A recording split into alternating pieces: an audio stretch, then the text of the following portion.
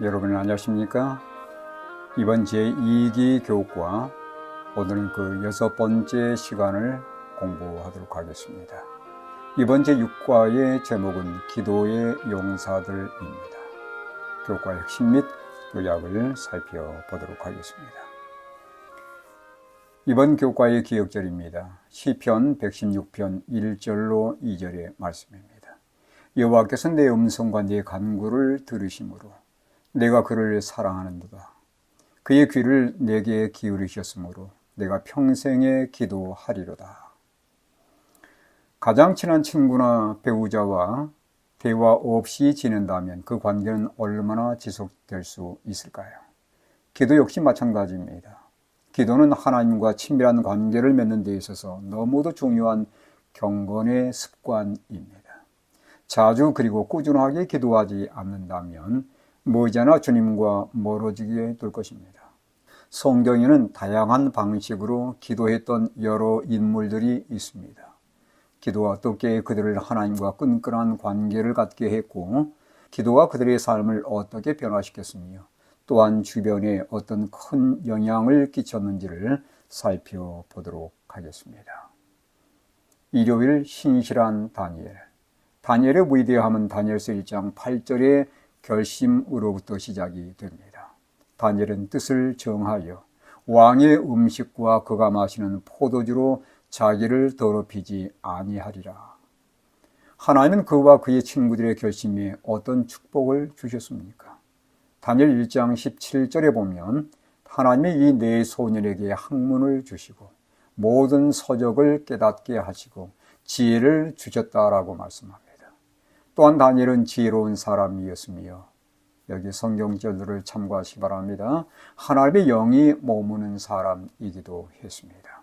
그는 기도의 사람으로서 다니엘 2장에서 바벨론 왕이 모든 박사들에게 사형을 선고했을 때 왕의 꿈의 비밀을 보여주심으로 자신과 그들의 생명을 구해 주시기를 기도했던 사람입니다.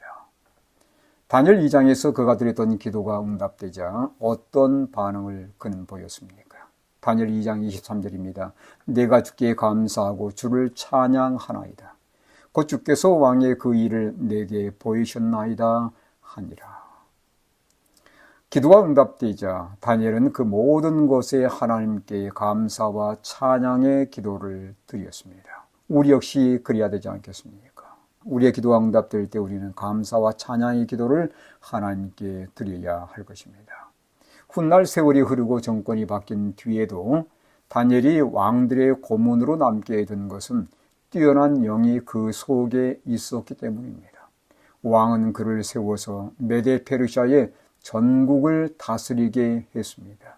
그는 신실한 자였기에 아무 실수나 허물도 찾아볼 수 없었습니다.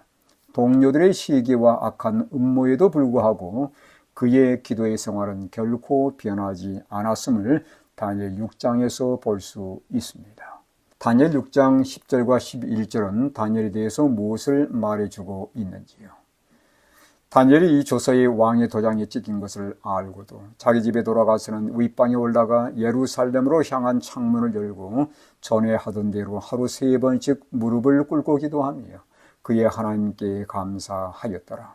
그 무리들이 모여서 다니엘이 자기 하나님 앞에 기도하며 간구하는 것을 발견하고 생명의 위협에도 불구하고 다니엘은 지금까지 해왔던 습관대로 매일 3번씩 꾸준하고 끈기 있는 기도를 드렸습니다.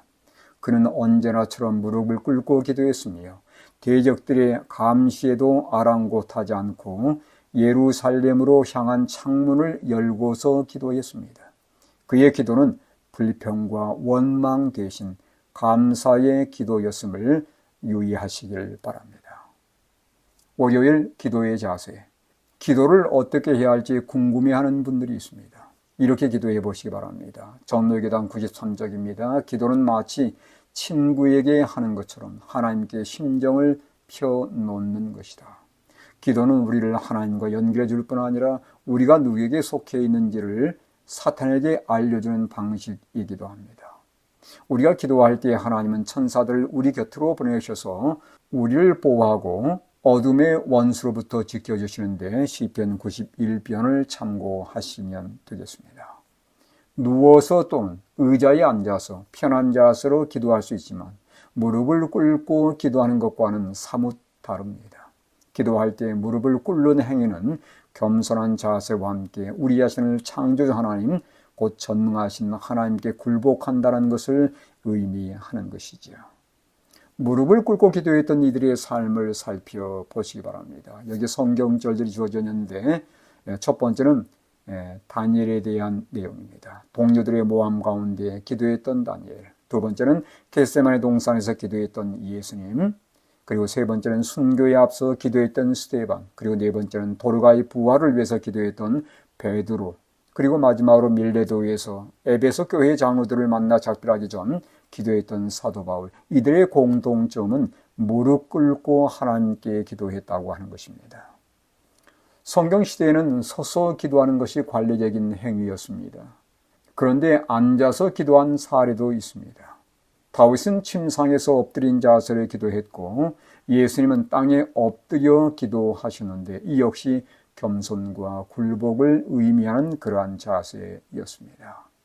우리는 대체로 어떤 자세로 기도합니까? 성경은 특정한 자세로 기도하라고 요구하지 않지만 우리의 자세가 경외심, 마음의 겸손, 하나님께 굴복하는 마음을 반영하는지 살펴볼 필요가 있습니다. 무릎을 꿇기 원하지만 어떤 이유로 무릎을 꿇지 못하는 경우도 분명 있을 것입니다. 여기 영감의 글을 참고해 보시기 바랍니다. 청년에게 보내는 기별 251쪽의 말씀입니다. 우리가 하나님께 기도드릴 때에는 공중 앞에서든지 혹은 은밀한 방에서든지 주님 앞에 늘 무릎을 꿇고 하는 것이 우리의 특권이다. 우리의 모본이신 예수님께서도 무릎을 꿇고 기도하셨으며 그분의 제자들도 무릎을 꿇고 기도하였다고 기록되었다. 무릎 꿇는 것이 기도의 가장 올바른 자세이긴 하지만 특별한 경우에 무릎을 꿇지 못하는 경우도 있을 것입니다. 가급적이면 무릎을 꿇을 수 있는 환경이라면 여러분께서 기도하실 때 무릎을 꿇고 하나님 앞에 겸손하고 또 그분께 굴복하는 자세로 기도해 보시길 바랍니다. 화요일 주와 동행하며 대화한 에녹. 창세기 5장 22절에서 24절을 읽어보고 하나님과 동행했던 에녹에 대해서 알아보시기 바랍니다. 무드셀라를 낳은 후 300년을 하나님과 동행하며 자녀들을 낳았으며 그는 365세를 살았더라. 에녹이 하나님과 동행하더니 하나님이 그를 데려가심으로 세상에 있지 아니하였더라. 에녹에 대해서는 많은 기록이 없습니다. 그렇지만 하늘로 승천하기 전에 300년 동안 하나님과 동행했다고 성경은 말씀하고 있습니다. 무드셀라를 낳은 후 하나님과 동행하기 시작했다는 것은 그가 아들과의 관계에서 하늘 아버지의 사랑을 깨닫게 된 것이 동행의 출발점이었다는 것입니다. 에녹은 어떻게 하나님과 동행했을까요? 기도에 항상 힘쓰며라는 로마서 12장 12절의 말씀처럼 에녹은 기도로 하나님과 동행했습니다.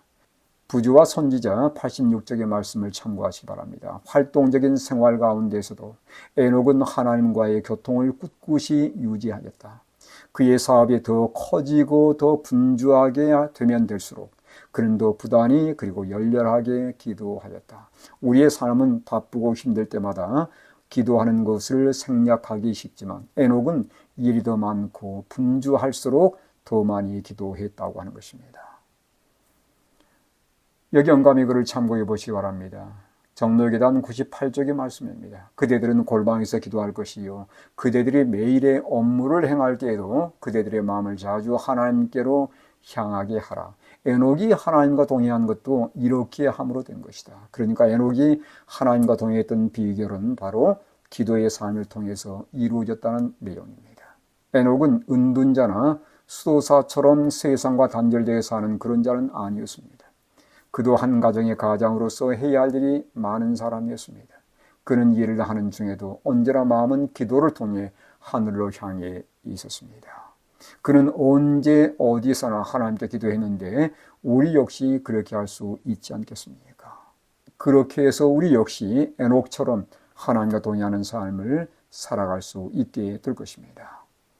타인에게 방해되지 않은 개인적인 기도의 장소가 있다면 조용히 묵상으로 기도하기보다 소리를 내어서 기도해 보는 것도 중요합니다. 그래야 생각의 초점이 다른 쪽에 쏠리지 않기 때문에 그렇습니다. 소리내어 기도할 때 우리는 헛된 생각에 마음을 빼앗기지 않고 기도하는 것에 더 집중할 수 있게 됩니다. 수요일 경건한 지도자 모세, 출애굽기 33장 15절로 23절을 읽어보고 모세와 주님이 나오는 대화 내용과 방식을 살펴보시기 바랍니다. 22절로 23절의 말씀을 대표 성경 구절로 보겠습니다.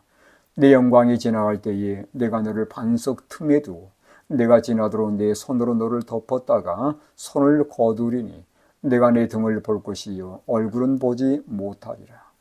모세가 이스라엘의 경건한 지도자로 성공할 수 있었던 비결은 하나님과 끊임없는 소통과 변함없는 교제를 누렸기 때문입니다. 그가 하나님과 가졌던 교제에 대해서 성경은 사람이 자기의 친구와 이야기함 같이 여호와께서는 모세와 대면하여 말씀하셨다고 말합니다. 심지어 이스라엘 백성들이 모세를 통해 말씀해달라고 간청했기에 모세는 그의 백성들을 위한 중보자로서 하나님의 임재 속에 계속해서 머물러 있었던 것입니다. 모세는 가족을 위해서도 2번 중보 기도를 했습니다. 어떤 상황에서 기도했을까요? 아론의 경우입니다. 아론의 백성들의 요청에 따라 금송아지 우상 숭배 제조에 동조했으며 우상 숭배를 방조했었습니다. 그 아론의 죄를 용서해달라고 모세는 중보기도 했습니다. 미리암의 경우입니다. 모세가 구스 여자를 아내로 맞아들인 것에 대해서 미리암은 아론과 함께 모세를 비방했다가 나병에 걸리게 되었지만 모세의 중보로 회복되는 사건이 있었습니다. 앞선 것처럼 모세는 형제들로부터도 마음의 상처를 받았습니다. 미리암과 아론이 모세의 아내 일로 모세를 비방한 것입니다. 모세는 부당한 대우와 질투의 피해자였지만 즉시 누이를 용서했고 누이를 나병으로부터 치유해 주시도록 하나님께 중보 기도했음을 성경은 말씀해 주고 있습니다. 목요일 모세가 백성을 위해 중보하다. 출애굽기 32장 31절 32절의 말씀을 읽어보시기 바랍니다. 이 구절은 모세와 기도에 대해서 무엇을 가르쳐 주는지요. 31절 32절의 말씀입니다. 모세가 여호와께로 다시 나아가 여짜오되 슬프도소이다. 이 백성이 자기들을 위하여 금신을 만들어 싸우니 큰 죄를 범하였나이다. 그러나 이제 그들의 죄를 사하시옵소서. 그렇지 아니하시오면 원하건대 주께서 기록하신 책에서 내 이름을 지워버려 주옵소서. 성경에는 모세의 기도, 특히 중보 기도가 여러 차례 등장합니다. 저희가 수요일 소지에서는 가족들을 위한 중보 기도였고 이제는 백성들을 위한 중보 기도인데 백성이 마실 물 때문에 원망했을 때 그리고 만나 때문에 불평했을 때 그런 문제를 가지고 하나님께 나아갔습니다. 금송아지 숭배의 문제와 40일 정탐 후에 불신의 보고로 인한 문제가 있었을 때 모세는 백성들을 위해 중보 기도했으며 레위 지파가 성소를 위해 구별되었을 때도 그는 40일 동안 산에 머물러 있으면서 그들을 위해 중보 기도했습니다. 모세는 하나님을 깊이 사랑했고 그분과의 계속적인 영적 교제를 통해 하나님의 성품을 분명하게 이해하게 되었습니다. 하나님의 영광을 보여달라는 모세의 간청에 하나님은 다음과 같이 응답하셨습니다. 출애굽기 34장 6절의 말씀이죠. 여호와께서 그의 앞으로 지나시며 선포하시되 여호와라 여호와라 자비롭고 은혜롭고 노하기를 더디하고 인자와 진실이 많은 하나님이라. 그는 하나님의 영광이 다름 아닌 그분의 성품이라는 것을 이 사건을 통해서 깊이 깨닫게 되었습니다. 모세는 기도에 대한 하나님의 응답이 자신이 바라던 것이든 아니든 모두 받아들였습니다. 자신도 요단을 건너게 해달라는 간구에 대해서 하나님은 노라고 거절을 하셨지만 모세는 그 응답을 기꺼이 받아들였습니다. 하나님과 친밀한 관계를 누린다고 해서 우리가 원하는 것을 항상 얻는 것은 아닙니다. 그럼에도 우리는 기도하기를 멈추지 말아야 할 것입니다. 누가복음 18장 1절로 8절에 나와 있는 부자 법관과 과부의 기도처럼 깨어서 기도하는 그러한 백성들이 되어야 할 것입니다. 이번 주에는 저희가 기도의 용사들을 통해서 우리 역시 어떠한 경우를 만나든 하나님과 함께 교제하며 기도하는 삶을 통해서 상황을 바꾸시고 상황을 극복하는 하나님의 백성들 되시기를 간절히 바라면서 이번 교과를 마치도록 하겠습니다.